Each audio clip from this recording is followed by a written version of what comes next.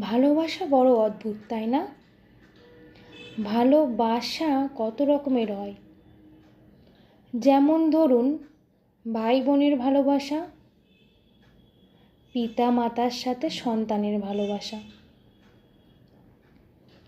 গাছের সাথে পাখির ভালোবাসা, কিংবা পাখির সাথে আকাশের ভালোবাসা।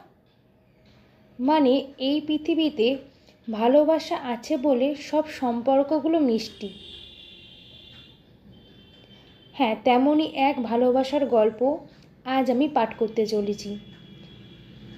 গল্পের নাম রামের সুমতি, শরৎচন্দ্র চট্টোপাধ্যায় রচিত, আর কণ্ঠে আমি রিঙ্কি সাধুকা। তাহলে শুরু করা যাক। কথাই আছে না, মানুষ মাত্রই ভুল করে। ঠিক তেমনি এই গল্প থেকে আমরা